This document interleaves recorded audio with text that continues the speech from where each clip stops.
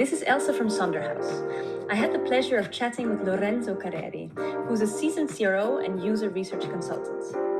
Lorenzo and I are both a little bit obsessed with getting inside the heads of customers.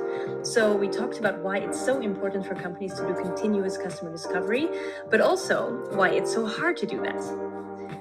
We want to hear everything from our customers, but we don't want to continuously disturb them with annoying surveys. But luckily, Lorenzo has some great ideas on how you can learn about what your customers want, even without asking them for anything. We talked about how important it is to know the core value your product is offering. If you don't know what it is, how are your customers supposed to find out? And lastly, we talk about the jobs to be done framework, which we're both big fans of. Learning about jobs to be done made us both feel like the way we did our jobs before had been entirely wrong. Enjoy!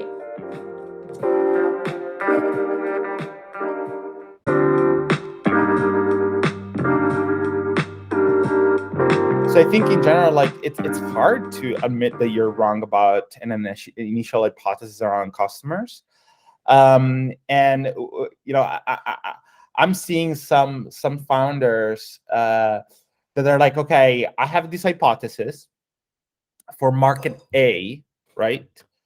But I couldn't go after market A for some reason, right? Mm-hmm. They assume that the same hypothesis will work for market B. And when I talk about market, I'm talking mainly like geographic market, right? Yeah. If it's working in Italy, right, and the hypothesis is strong in Italy, oh, I'm gonna launch it in Spain, and then I'm gonna launch it in Germany, right? Yeah.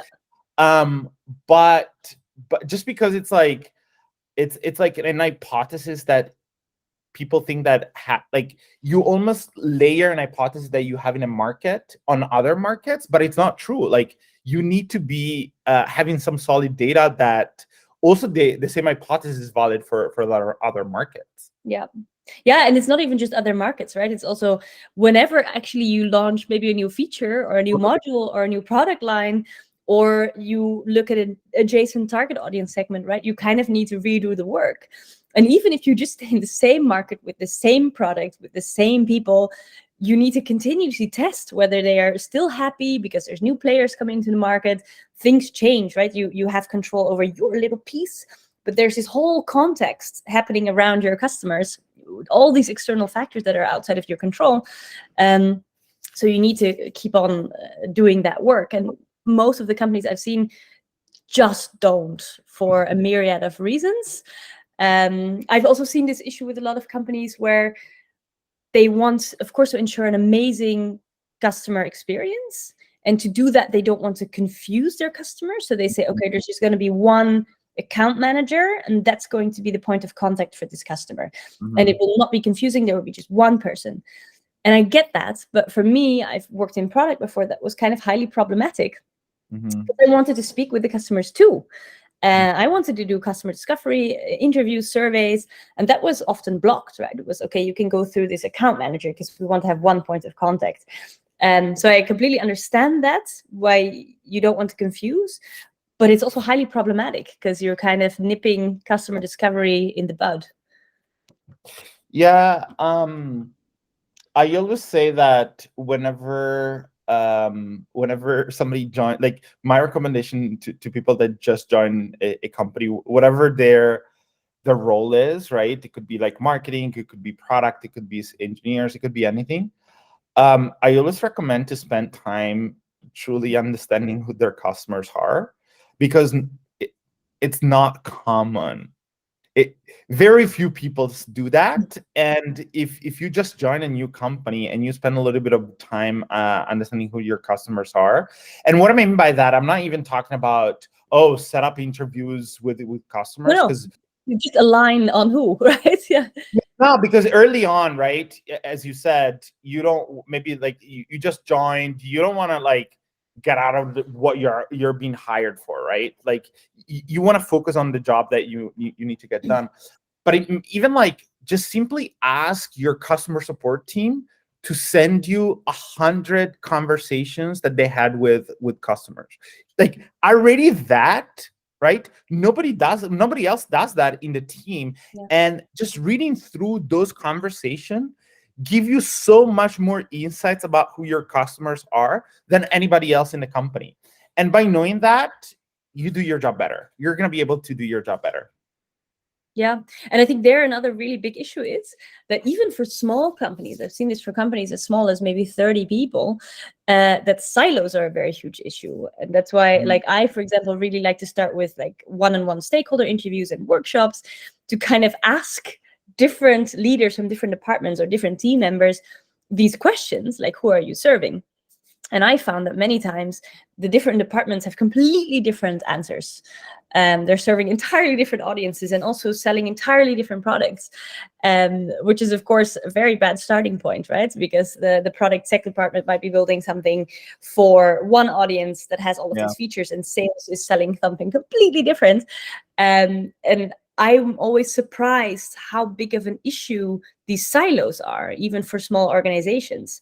And there I really like, I'm now reading this very familiar book by Sean Ellis and Morgan Brown called Hacking Growth. And I find it really inspiring, this idea of having growth teams, which are interdisciplinary, where you have a marketing person, an engineer, a data analyst, and product owner from different departments coming together and trying to break through these silos. Yeah, I think it's a difficult challenge to try to solve. Because unfortunately there's a lot of politics in companies, right? And even if you're the founder or CEO, whatever, it's difficult to deal with politics, right? Like, it's not that all of a sudden you say things are not going to change from the morning to the night, right? So I think breaking silos is definitely like a big challenge, like a lot of companies face, but it's also a difficult one, because you have to deal with politics, and every single company has politics. So I think it's a difficult one. So I'm not surprised that there's a lot of silos in a lot of companies. So yeah, I hope one thing that I'm gonna make an hypothesis here. I think with like the recession coming and like the bad economy and so on, whenever companies start to realize that maybe they only have few months of life, right? That could be like potentially a push to change things and break silos. And because if things have always gone okay, right? Why should we change it?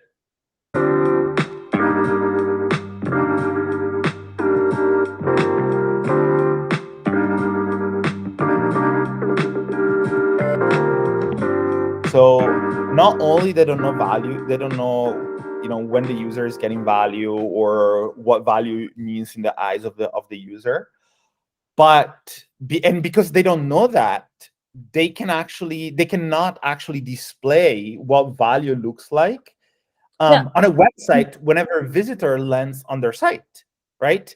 Because communicating value is part of the reasons why somebody should buy your product or sign up to a free trial, whatever, right? So if you don't understand what truly the value is, you can display the value at a website, so more people will try to do whatever they're trying to do with your product. It's always so cool if you work with companies who kind of did something right. They're like a little bit further along the journey. They have a customer base, but they're not entirely sure yet why, right? They've just been experimenting and it's been kind of working, but they're not sure. That is kind of my sweet spot, because it's so much fun to say, okay, cool, we have already results, we just don't understand them yet. And then to start speaking, like doing qualitative interviews with these customers who are often early adopters and kind of up for it, and let them explain to you in their words. This is the key, in their words, right? What is it that we're doing for you? What is so great about this? I find that really cool, because often you get feedback that is pretty much in line, right? Which is always very special when you see this very clear pattern emerge. And then you can use that, as you say, for your website copy and for whatever you're doing. And you get internally so much clarity on like, hey, this is kind of the change that we're making in the world. We thought we were doing something completely different, but apparently it's this.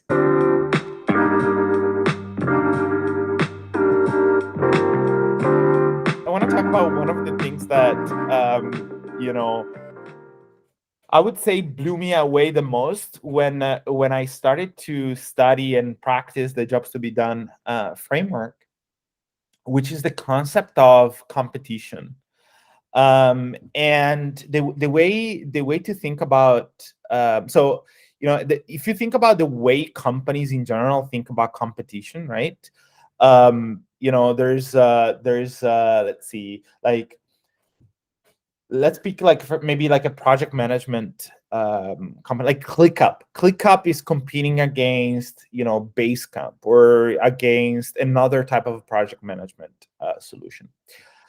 That's at the category level. That's a kind of like classic category competition. But in the eyes of the customer, that's not always the truth. And I actually wanna give you an example of actually I posted about this on YouTube the other day. I was in a taxi a few months ago, and I overheard a taxi driver talking on the phone with a physiotherapy center. And he was calling in because basically he had like pain in the shoulder for a few months. And one of the questions that the physio center asked them was, "What have you tried so far?" Right?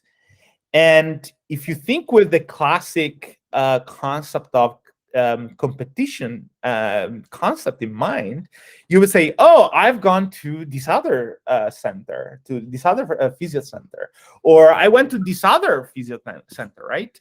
But he didn't mention any of that, right? He just said, "I've tried to go to a massage therapist. It didn't work out.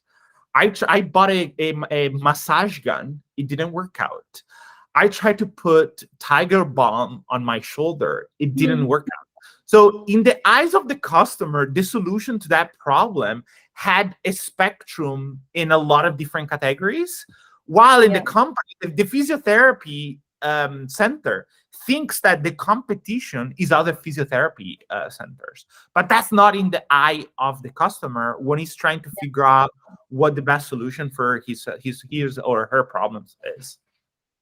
Yeah, I think that's so important. Like, this is also something I got wrong 1 million times, right? Like, exactly as you say. And that's why, again, it's so important, I think, to speak with your customer, and also to allow product people to speak with the customer, and to allow maybe different people within your organization to have conversation with the customer, and not block it through one gatekeeper, because you need to learn this stuff, right? You need to ask them, as you say, who are you comparing us to, or who else would you turn to? Because if you try to come up with that yourself, you will be wrong. I have been wrong many times in the past. So yeah, key. The other example that I've read online, a lot of people use it as a classic example to explain what the concept of competition looks like in the eyes of the customer according to the jobs to be done framework, is the Netflix example. So I don't know if you heard about this, but the CEO of Netflix a few years ago, he's a journalist asked, who do you guys think you're competing against? And people would expect like Amazon Prime or Apple TV and stuff like that. He said, "We're competing with sleeping," right? Because it's very interesting. It's like, what's that mean? Like, I've never thought about it that way, right? But at the end of the day, it makes total sense that when you're watching Netflix, you're either going to sleep or, well, there's a lot of kind of like things that you're actually competing against. But I totally understand how he said, "Oh, we're actually competing against going to sleep," right? Yeah. Which feels highly unethical. I know. Yeah. Talked also a little bit about personas last time, and I feel like, for me, I never understood personas, but I think it's also because it was misused in many organizations where I was, because the way I knew personas, the only way I ever saw them was saying, this is Nikki. Nikki is 32 years old. She likes, going out to dinner and long walks on the beach. So very much this kind of bio story, and very much focused on demographics, age, maybe salary, stuff like this. And I always looked at this and I thought, what do I do with this, right? What value does it deliver? And I felt that often people would kind of get blind because they're so sucked into this demographic description of a person that they're unable to kind of step back and understand that Nikki represents maybe a lot of different people.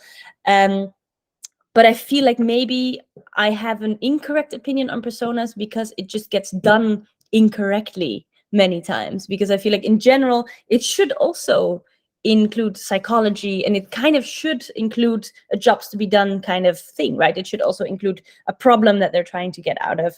But do you feel like there's still place for both personas and jobs to be done, or do you feel like jobs to be done should just clearly be the winner? I mean, to me, a lot of aspects of persona around like demographic and like here's the job title or the job that I do, to me, like, it cracks me up a little bit, because I mean, unless, like, if you're selling an accounting software, of course you need to be an accountant or an accounting office in order to buy the product, right? Like, right, nobody is gonna buy an accounting product if you're nobody's gonna buy a product for accountants if you're a restaurant owner, right? So I totally understand in certain situations it's important to have this kind of aspect, but if I'm selling, again, if I'm selling dog food, I don't care if you're living in London or you're living in Manchester, if you're a journalist or if you're an entrepreneur or you're working in a restaurant, right? Like, I think that it's silly to think in that way. The age thing is also, like, I'm not a fan of that either. Again, it really depends what you're selling as well. But so I think the best way is to, first of all, the question I would have is, how did you come up with the persona? Like, based on what, right? yeah. What's your evidence of having come up with a persona? That would be the first question I would ask. And what's the purpose of it, right? Like, what are you trying to achieve? Are you trying to set a tight marketing campaign, right? Because I feel also like often these personas are kind of driven by this thinking in Facebook marketing somehow, right? Where I'm saying I need to know a city and I need to do an age bracket and I need to do a salary type. And as we maybe move away from this, as we talked about earlier, and we come up with maybe more creative ways for growth that are more like sustainable and maybe more organic or maybe more based on virality, we can also abstract from this need to put them in an age bracket and a salary bracket, because you just don't really need that anymore. Yeah, I think this is an interesting one, because persona is something that has existed for years, right? Like, I don't know how many years, but I wouldn't be shocked if persona existed for like 40 or 50 years, right? So even before Google and Facebook ever existed, started, persona already existed. Yeah, it was a concept that started much before. And what I'm trying to say here is, I wonder if the concept of persona got started because of the way maybe like magazines or TV was actually selling the targeting to businesses and companies. Like, oh, our readers are, because we surveyed our readers about who they are, and we asked them questions about how old they are, or what their job is, where they live. Now this concept of persona is driven by the fact that media, right, and publishers have asked those questions to their audience. I think that's how maybe the persona got started as well. It was driven by the publishers, but again, I don't know. It's just an hypothesis I have. Yeah, because I feel like now I read a lot about it, that it's helpful to help the team make it more personal, right, and feel closer to the audience and make it more into a little human, right? It helps us kind of identify them. But I feel like it makes people walk around like this, right? Like with blinders on, because you're just so focused on this description that is too narrow. So that's, as you say, I'm very much a fan of the Jobs to Be Done framework. And as you say, kind of blew me away and made me feel like an idiot for many years. Yeah, and I actually interviewed Bob Mesta, who's the person that created this concept of jobs to be. He's the father of Jobs to Be Done, and the way he thinks about the way people buy and why people consume things, because oftentimes one thing is like understanding why people buy, but the other spectrum is how people consume the product, right? So, consumption of the product is very different from the purchasing of the products. So oftentimes, understanding why people buy is one thing, but then like you need to gather insights about how people consume the product as well, because otherwise you're not going to be able to make changes to the product, or you're not going to be able to make changes to your communication about the value of the product.